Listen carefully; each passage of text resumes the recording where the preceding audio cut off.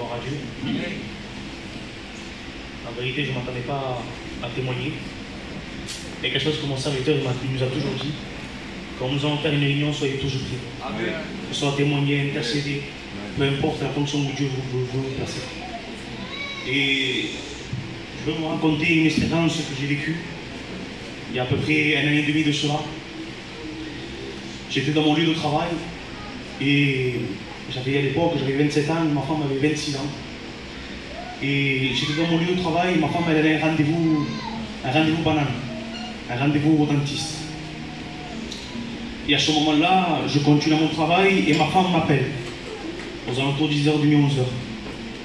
Elle m'appelle et aucun mot n'a pu sortir de sa bouche. Elle pleurait.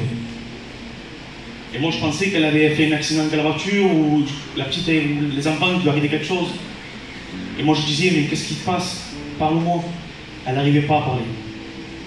Et à ce moment-là, je disais, mais calme-toi, qu'est-ce qui se passe? Et elle me disait, le seul mot qui a pu sortir de sa bouche, ça a été frère, je vais mourir. À ce moment-là, je ne comprenais rien. Je disais, mais pourquoi tu dis ça?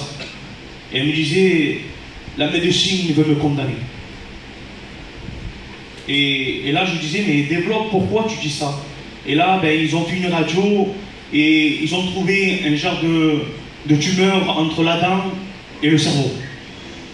Et le médecin a dit comme ça à ma femme que si je demande pardon, si ça éclate, ça peut se généraliser dans tout le corps entier. Et peut-être il y aurait une opération, mais s'il y a une opération, ce sera très douloureuse. Mais tout ça, ma femme me disait en pleurant. À ce moment-là, peuple de Dieu, je commençais à recevoir un poids ténébreux à l'intérieur de moi.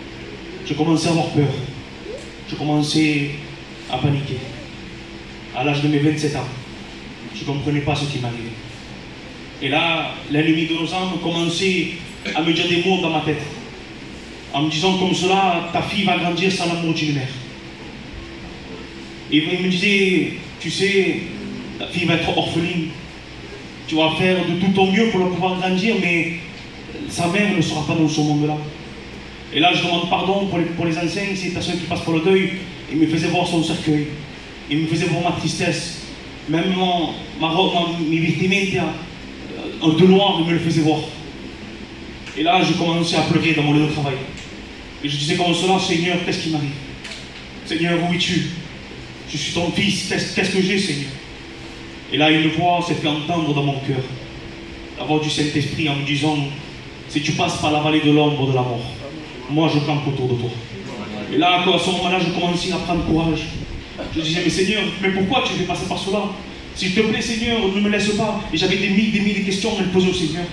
Et là, Dieu me disait, tu sais, je suis doux et humble comme un agneau, mais je suis aussi protecteur comme l'agneau de la tribu de Juda. Je te protège, ne t'inquiète pas. Et là, à ce moment-là, je commençais à remballer, à plier mon travail, et je commençais à rouler. Et là, Dieu, à ce moment-là, il me dit, commence à intercéder pour ta femme. Je suis avec toi. Et je commence à intercéder, je commence à lui demander au Seigneur qu'il intervienne. Et là, je prends mon téléphone, le réflexe d'un chrétien, appelle mon serviteur. J'appelle mon serviteur et mon pasteur, sans que je lui dise rien, il me dit, tu sais mon frère, depuis ce matin, j'étais dans mon cœur, je commence à intercéder pour toi. Je commence à intercéder pour ton foyer, et je commençais à pleurer. Je voyais la main de l'Éternel qui était avec moi. Et là, je disais, pasteur, il m'arrive ça, ça, ça. Et là, mon serviteur me dit, t'inquiète pas, ta femme n'aura rien. Et là, je commençais à pleurer, je commençais à prier, je continue à prier. Je prends mon téléphone, je dis à ma femme, prends un autre rendez-vous avec un autre médecin. Et vous savez, pour prendre un rendez-vous avec un médecin, un dentiste, ça prend des mois et des mois. Et là, un médecin, il a donné un rendez-vous à l'heure qui suit. Et j'ai dit, prends le compte-rendu que la dame t'a plutôt donné, va dans ce docteur-là. Et elle est allée. Et je n'ai même pas eu le temps d'arriver chez moi que ma femme, déjà, le médecin, il a déjà ausculté. Et elle commence à m'appeler et à pleurer. Et je me mets encore des choses dans ma tête. Mais c'était des pleurs de joie. Et elle dit, tu sais, mon mari, la médecine a pu me condamner, mais ce médecin me dit que j'ai rien du tout. C'est juste un kyste que j'ai. Et là, à ce moment-là, je commençais à prendre courage. Vous savez, peuple de Dieu, si j'ai quelque chose à vous dire, peu importe la médecine, si on vous condamne, le plus important, c'est que nous avons Dieu dans notre vie. Que Dieu vous bénisse abondamment, peuple de Dieu.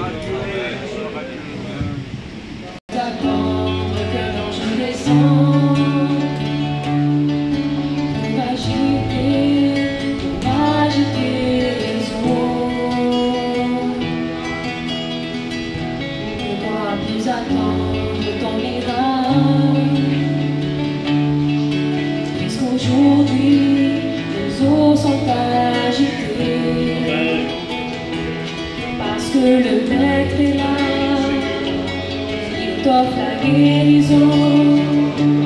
Les eaux s'agitent, s'agitent et ne s'arrêtent pas.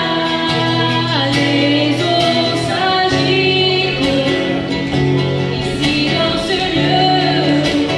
Les eaux s'agitent ici dans ce lieu.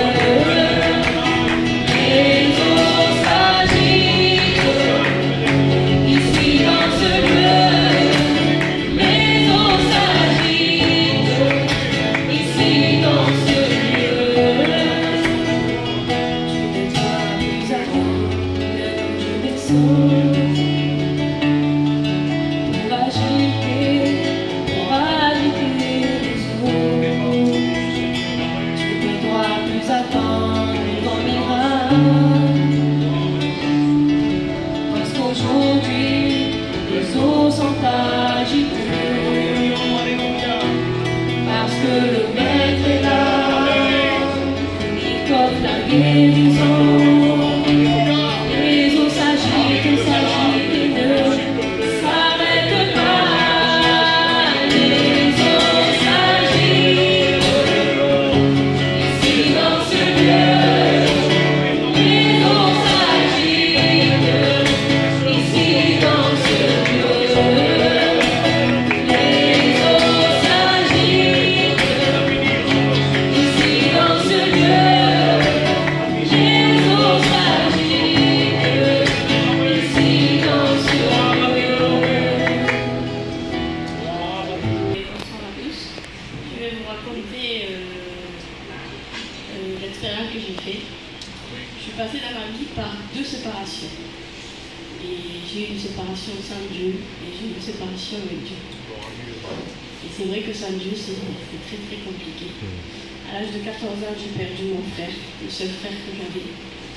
Et j'avais pas Dieu.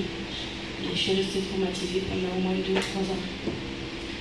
Par un respect, je l'ai perdu, j'avais 14 ans, lui il avait 22 ans, un accident de voiture. Et j'avais peur. Je dormais avec mes parents. J'arrivais pas à me retrouver seule dans un endroit. Je prenais toujours quelqu'un avec moi, je n'avais pas la foi. Et il y a quelques temps de ça, il y a 6 mois, j'ai perdu mon père. Mais entre-temps, il connaît Dieu. Gloire à Dieu. Et le Seigneur m'a donné une paix Gloire à Dieu. incroyable. Amen. J'ai versé Merci Jésus. quelques larmes le premier jour, parce que c'est vrai, c'est mon père. Et je le protégeais parce qu'il était âgé, il avait 81 ans. Et comme nous on est une église où il y a beaucoup de monde, j'hésitais à aller le rencontrer parce que j'avais peur de lui donner le coronavirus et que je fasse mourir mon père. Mais mon père est parti du coronavirus, mais c'est pas moi que je lui ai donné. Et vous savez, l'ennemi me troublait parce que je ne pleurais pas, je n'avais pas de peine. Et il venait, il me disait, mais c'est pas normal, tu ne rentres pas dans une tristesse, t'es bien. Et moi j'ai une église qui faut prier pour moi. Moi j'ai confiance en mon Dieu, il m'a donné la paix, je vous remercie. Amen. Mais l'ennemi il est toujours là pour nous enlever la joie qu'on a. Et je ne vais pas laisser rentrer dans mon cœur. Je vais chasser au nom de Jésus. Je dis non, je suis l'enfant de Dieu, je ne vais pas rentrer dans une tristesse. Et je rends grâce à Dieu parce que je suis bien.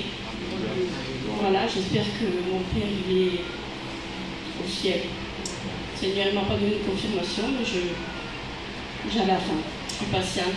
J'attends le mot de Dieu. Quand Dieu voudra, pas quand moi je voudrais. Et je vous remercie tous. Gloire à Dieu. Tu ne saurais rien ne dégager. Si les ailes honoraient ton nom et que mon cœur s'était éloigné, tu n'y parlais pas, mais ce que tu cherches va bien au-delà des mots. Va bien au-delà des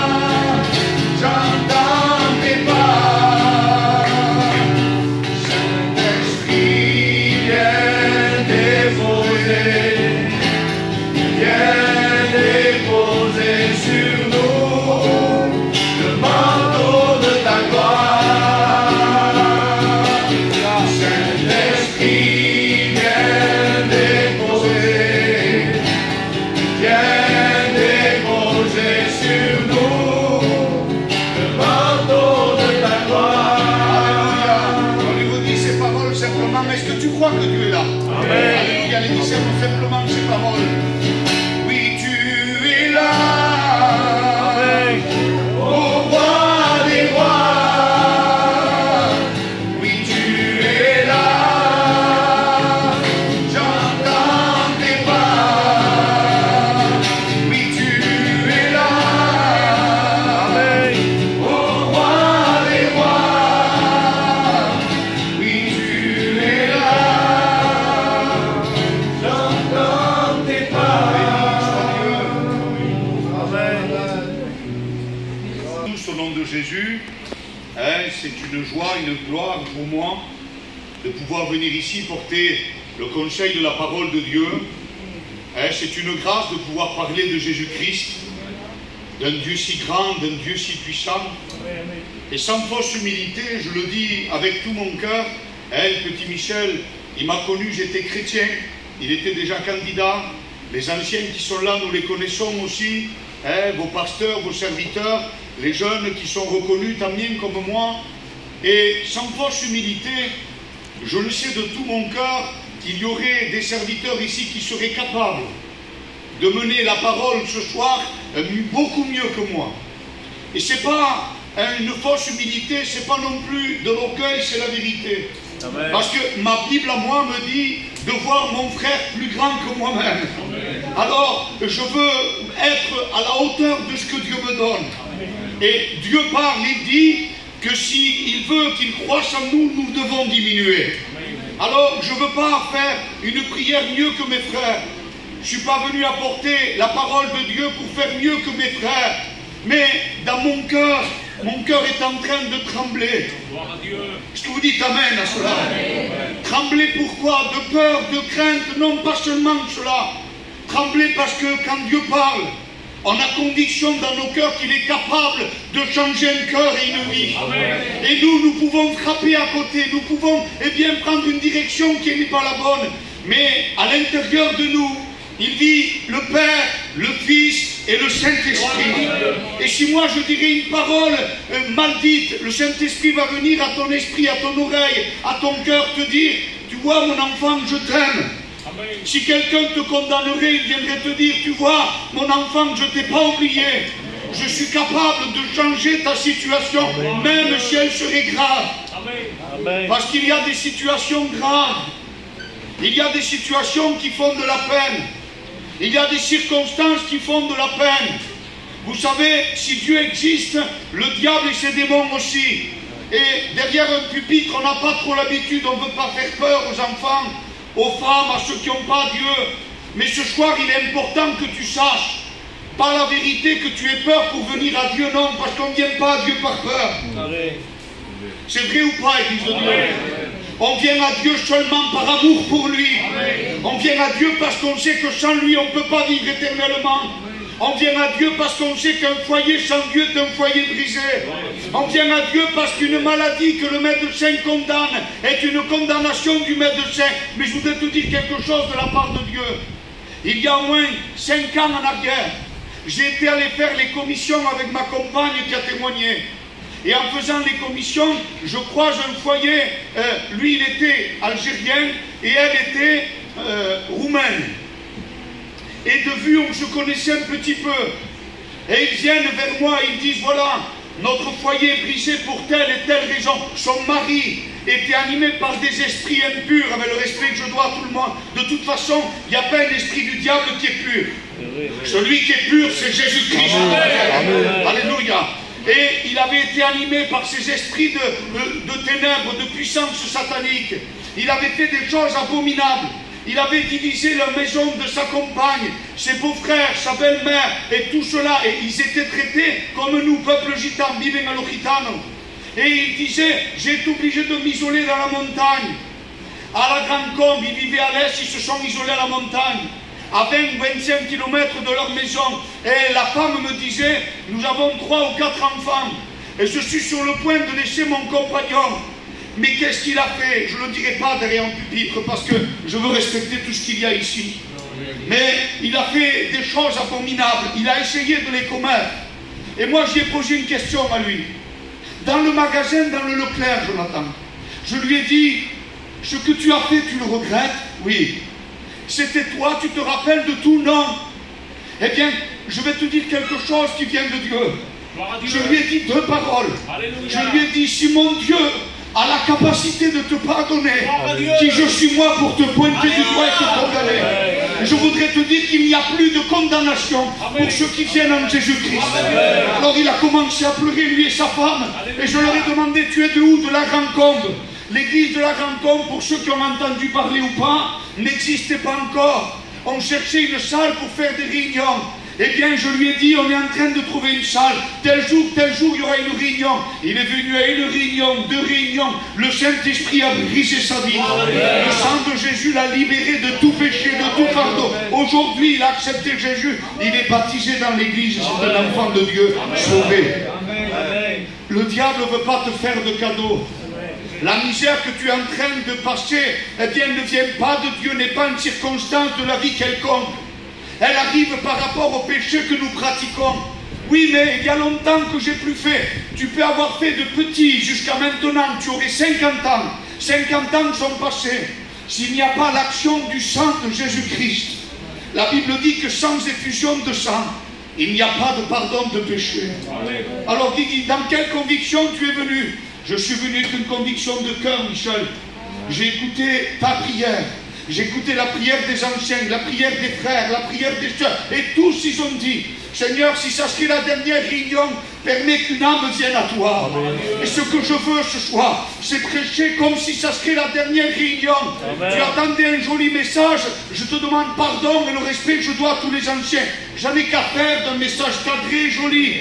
Je veux rester doctrinal, biblique. Amen. Mais mon désir, c'est que tu te sauves ce soir. C'est que tu rencontres le véritable bonheur. Amen. Je le dis tout le temps en prêchant. Si on pourrait donner un nom au bonheur, on l'appellerait Jésus-Christ. Parce que j'étais malheureux avant toi. Je ne connaissais pas Jésus, j'étais malheureux. J'ai parlé un peu au Col Michel de petit, de jeune. Il a souffert aussi, il était malheureux. Pourtant, on avait tout pour être heureux. Mais pourquoi on était malheureux? Parce que nous n'avions pas Jésus-Christ. Mais aujourd'hui, je suis venu te dire de la part de Dieu, il y a quelqu'un qui t'aime. Il y a quelqu'un qui ne t'a pas oublié. Il y a un verset de la parole de Dieu qui dit, si ton père et ta mère t'abandonnent, moi l'Éternel, jamais je t'abandonnerai. Je sens l'appui de la parole de Dieu. Parce que le diable vient pour mettre des chaînes dans les cœurs et dans les pensées. Je vais te dire quelque chose qui confirme ce que tu as dit, Jonathan, parce que l'Esprit me le rappelle. Quand le frère a témoigné de guérison sur ma chaise, le Saint-Esprit me disait, il y a plein de gens qui ne croient pas ce qu'il dit. Parce qu'il a eu une maladie, et 1 heure après ou 2, c'était plus ça. Non, ils sont trompés les docteurs. Si tu ne crois pas, tu ne pourras pas voir la gloire de Dieu. Et le travail du diable, c'est de venir te dire, mentira, c'est pas vrai. C'est pas vrai, c'est un médecin qui a dit un faux diagnostic, c'est pas vrai. Je voudrais te dire que le Dieu que je te prêche a la capacité de ressusciter les morts. Il a la capacité de donner la vie à celui qui l'a pas. Un jour, il a parlé à un homme qui était mort depuis 4 jours, Lazare. Avec le respect que je dois à tout le monde, c'est la Bible que l'on dit. Il a dit comme ça, n'y va pas Jésus, parce qu'il sent déjà 4 jours qu'il est mort déjà. Et puis parce que Jésus va s'approcher, il y avait une pierre devant, la pierre de l'incrédulité qu'il y a dans ton cœur aujourd'hui. Mais nous demandons à Jésus-Christ, à l'intervention de l'Esprit de Dieu, qu'il puisse briser tout esprit d'incrédulité. Parce qu'il y a un Dieu qui est vivant et qu'il t'aime et qu'il a donné sa vie pour toi. Et ce soir, alléluia, si tu entends, alléluia, sa voix n'endurcit pas ton cœur. Jésus va dire, ôtez la pierre. Jésus te dit ce soir, ôte l'incrédulité. Arrête de croire que j'existe pas, que ton malheur est une coïncidence. Ton malheur vient par rapport au péché. La porte que tu as ouverte, le diable est rentré dans ton foyer, dans ta maison. C'est lui qui est en train de te casser. Et quand tu viens à Jésus et tu entends la parole de Dieu, et il te dit, n'écoute pas. C'est pas vrai, c'est pas pour toi. Jamais tu seras chrétien ou chrétien. La vie n'est pas faite de bonheur pour toi. Je vais te dire qu'il a donné sa vie sur la croix il y a 2000 ans. Gloire à Dieu.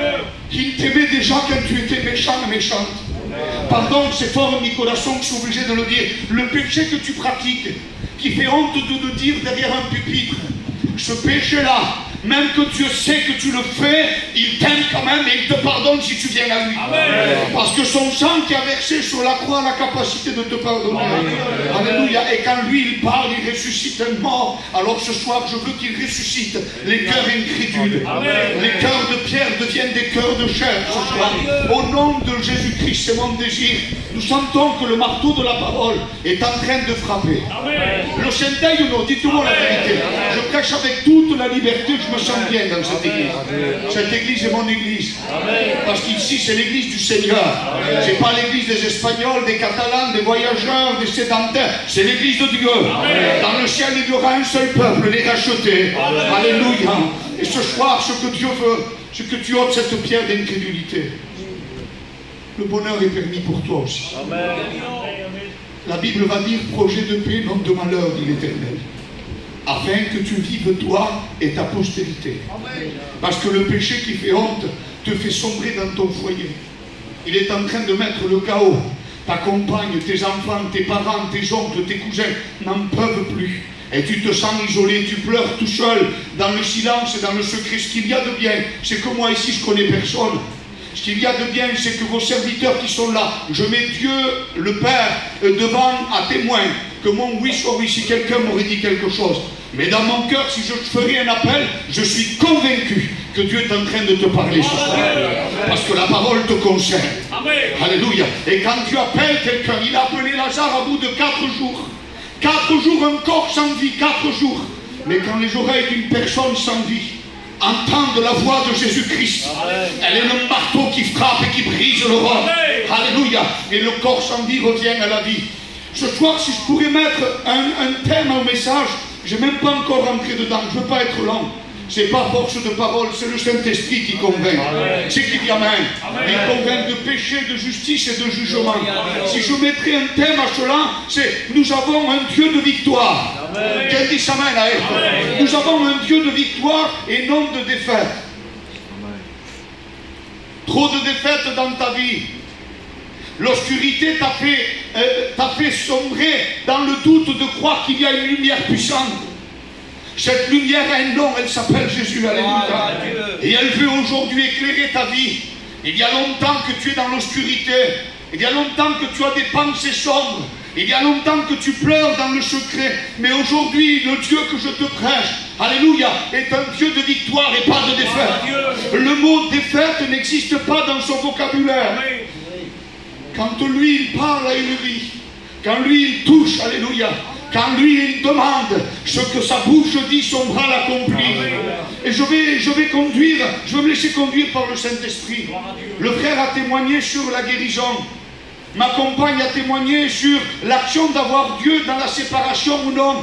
Et la direction de la réunion, nous sentons que Dieu veut libérer des âmes ce soir, Michel. Je mets Dieu à témoin que Dieu veut libérer des âmes. Si le péché reste un péché, Jésus-Christ, son sang reste libérateur. Pour celui qui le veut. Celui qui le veut, il le rend libre. Celui qui le veut, il le rend libre. Comme le cantique de la sœur disait, pas besoin d'attendre, c'est maintenant. Pas tout à l'heure, pas demain, maintenant. Si tu ouvres ton cœur, Dieu vient maintenant. Alléluia. Son nom soit la gloire ce soir. Alléluia. Nous avons un Dieu de victoire et pas de défaite. Alléluia. Il veut te sortir de l'obscurité. Quand la maladie frappe, on ne croit plus à la guérison. Quand quelqu'un est mort, pardon pour le respect que je vous dois, il y a la mort corporelle et il y a la mort spirituelle. Souvent Dieu parle de la mort spirituelle, mais là il nous met des exemples de mort aussi corporelle. Eh bien, quand un médecin vient, je vais te le dire de la part de Dieu, quand un médecin vient et condamne quelqu'un, peut-être les médecins t'ont condamné. Peut-être tu attends ou tu as eu des mauvaises nouvelles par les docteurs ou les prises de sang.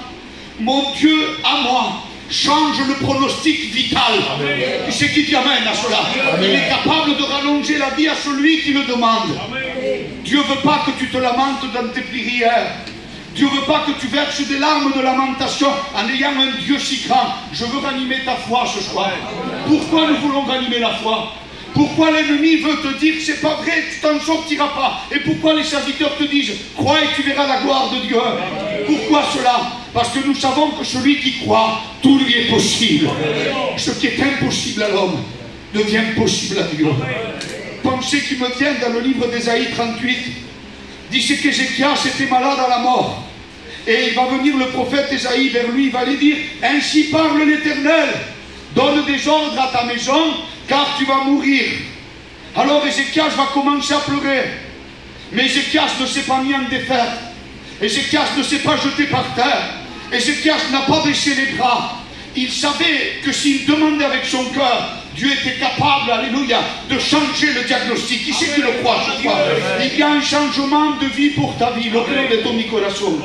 Ce soir même, il y a un changement pour ta vie. Lequel, si tu acceptes Jésus, tu passes des ténèbres à la lumière de Dieu. Tu passes de l'obscurité à la lumière de Jésus-Christ. Tu passes de la mort à la vie. Il suffit que tu le croies. Je lis et je brise tout esprit d'incrédulité. Ce qui est en train de te dire sur ta chaise, n'écoute pas cela. Moi je te dis, écoute-le. Le Saint-Esprit te dit, écoute-le. Parce que si tu l'écoutes et tu le crois, et tu le gardes dans ton cœur, tu deviens un enfant de Dieu racheté par le sang de Jésus. À partir de là, ta vie plus jamais sera la même. Alléluia. Ézéchias va prier. Ézéchias va se tourner contre le mur, il va pleurer. Et la Bible dit qu'il va verser des larmes. Alors Dieu va changer le pronostic vital de cet homme. Il va renvoyer son prophète Ésaïe. Va et prophétise. Ézéchias. Parce qu'Ézéchias va dire, j'ai marché fidèlement avec toi. Je suis resté en droiture avec toi. J'ai fait ce que tu me demandais. Des fois, la vie ne nous fait pas de cadeaux. Même si on est bien avec Dieu. Ah, ça parle peut-être pour un enfant de Dieu qui souffre. Je vais te dire quelque chose, on se laisse conduire par Dieu. Amen. Ma compagne qui t'a témoigné est diabétique. Elle se pique à l'insuline. Mon fils de 17 ans, 18 ans est diabétique aussi. Diagnostiqué, eh bien diabétique à l'insuline il y a déjà 3 ans. Et l'ennemi venait, il me disait, où est ton Dieu? Quand tu vas prier pour les malades, comment tu feras? Comme mon frère, il me montrait un cercueil, pardon s'il y a du deuil, il me montrait des choses sombres, il me montrait la caisse de mon fils et de ma femme. Et il me disait, comment tu vas faire? J'étais candidat première année, Michel. Alors, je suis tombé en dépression, commencé à pleurer. Ça acuerda Jonathan d'esto. Les frères priaient pour moi. J'ai commencé à plus manger, je ne dormais plus pendant 15-20 jours. J'ai perdu 10 ou 15 kilos en 15 jours. La dépression s'était emparée de moi. J'arrivais même plus à élever ma voix à Dieu. Mais un jour, je m'assois sur un banc et je dis simplement en pleurant, vous savez que Dieu transmet nos prières par des soupirs et l'exprimant. Alléluia. Quand toi, t'en peux plus, ta bouche n'arrive plus à parler. Il y a un nœud qui serre ta gorge. Quand tu fais, toi, enfant de Dieu, alléluia. Dieu vient, il prend ce soupir, alléluia, et le Saint-Esprit le transmet au trône de gloire de Dieu, et il connaît ta demande, il connaît ton besoin. Alors en versant des larmes, j'ai dit 2 mots au bout de 15 jours. J'ai dit, Seigneur, avant je t'entendais, je ne t'entends plus. Avant je te voyais, je ne te vois plus. Tu me parlais, tu me dis telle et telle chose pour telle et telle personne. J'entends plus ta voix. Parle-moi. 11 h du matin. 4 h de l'après-midi, le téléphone sonnait. Je ne voulais pas répondre. Il me répond, un serviteur de Dieu sédentaire que j'ai vu quelques fois dans ma vie et je ne l'ai plus revu, ça faisait des mois et des années. Et je décroche. Allô, Guigui, enfin tu me réponds, je t'ai appelé des dizaines de fois. Je dis, excuse-moi, je passe un mauvais moment. Qu'est-ce que tu voulais? Je voulais abréger. Dieu m'a parlé, j'ai quelque chose à te dire. Alléluia. Qui c'est qui t'amène à toi? Quand Dieu parle, il change les pronostics vitaux. À son nom soit la gloire. Dieu m'a parlé, j'ai quelque chose à te dire. Dis-moi. Dieu m'a dit que l'épreuve que tu es en train de passer, alléluia, tu es en train de passer par le feu, mais le feu ne te touchera pas. Amen. Dieu m'a dit de te dire que tu es en train de passer par les eaux, mais tu ne te noieras pas. Alléluia. Tu es en train de passer par la vallée de l'ombre de la mort, mais la mort ne t'atteindra pas. Parce qu'un chrétien ne meurt pas. Il ferme les yeux sur la terre, il les ouvre dans le ciel.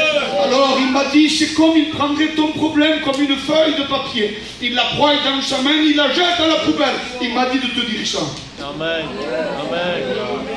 Alors je lui ai dit, mais est-ce qu'il t'a dit qu'il allait guérir mon fils? Je ne sais pas. Quelques années sont passées. Dieu n'a pas guéri le corps de mon fils, mais Dieu a guéri son âme. S'il ferme les yeux sur la terre, il sauve dans le ciel. Il a été racheté par le sang de Jésus. J'ai pu le voir passer par les eaux du baptême. Jamais de ma vie, Michel. jamais de ma vie, j'ai dit à mon fils, donne-toi à Dieu, va prier, baptise-toi, jamais. Il a fait son expérience avec Dieu, s'est donné à Dieu. J'ai le privilège d'avoir mon garçon de 18 ans, jamais sorti de sa maison. Et c'est parce que c'est l'anniversaire la nuit. Ah, excusez-moi, une cuite tampon, une cigarette non plus. C'est sa réunion, sa maison et son Dieu. Amen. Alors qu'est-ce que Dieu m'a mieux béni? Est-ce que Dieu m'a Dieu béni de pouvoir le guérir et rallonger sa vie? Les jeunes, il va vivre longtemps parce que Dieu garde, alléluia. Amen. Parce que je vais te donner un message d'espoir. Si Dieu t'a pas guéri, il est capable de stopper la maladie. Amen. Ma femme a 25 ans de diabète. Elle a fait un examen pour les yeux, un examen des prises de sang, tout ce que vous voulez. Jamais la maladie a progressé. Amen. Parce que Dieu met sa main et il sauve. L'ange de l'Éternel campe autour de celui qui le craint. Et ce soir, la réunion, elle est pour toi. Amen. Alléluia. Il change ton pronostic, il change ton pronostic vital. Alors, pasteur, est-ce que je vais avoir une bonne nouvelle? Est-ce que je vais être guéri? Dieu n'a pas donné son fils pour guérir seulement un corps qui est périssable. C'est vrai, ouais. Dieu a donné son fils sur la croix pour guérir l'âme. Amen. Amen. Parce que l'âme et l'esprit vit éternellement. Et nous devons fermer nos yeux sur cette terre et être sûrs de notre salut. Amen. Si Dieu vient ce soir, est-ce que tu pars avec lui? Amen. Vous savez ce que Dieu dit dans sa parole, c'est pas force de parole. C'est le Saint-Esprit qui convainc. Alléluia. J'avais marqué plein de choses, plein de choses, plein de choses.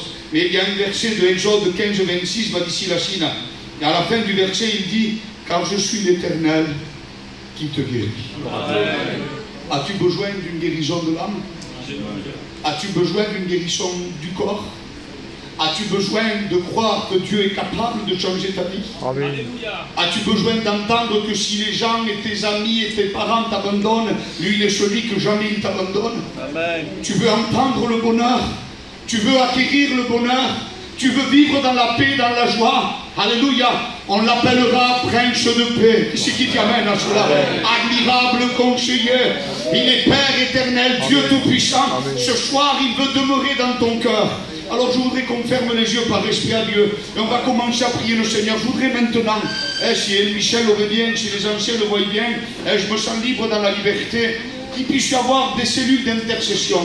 Qu'il puisse y avoir des frères, un derrière les autres, qui disent Seigneur, viens libérer mon frère. Si la parole a parlé, et nous le croyons qu'elle a parlé, viens libérer les âmes, viens libérer les cœurs, viens libérer les consciences, viens faire donner, naître cette foi dans les cœurs de croire que tu es un Dieu qui est capable de changer les pronostics, de ce que le diable a dit, de ce que la médecine a dit, de ce qu'il t'a dit dans tes oreilles, que jamais tu serais heureux.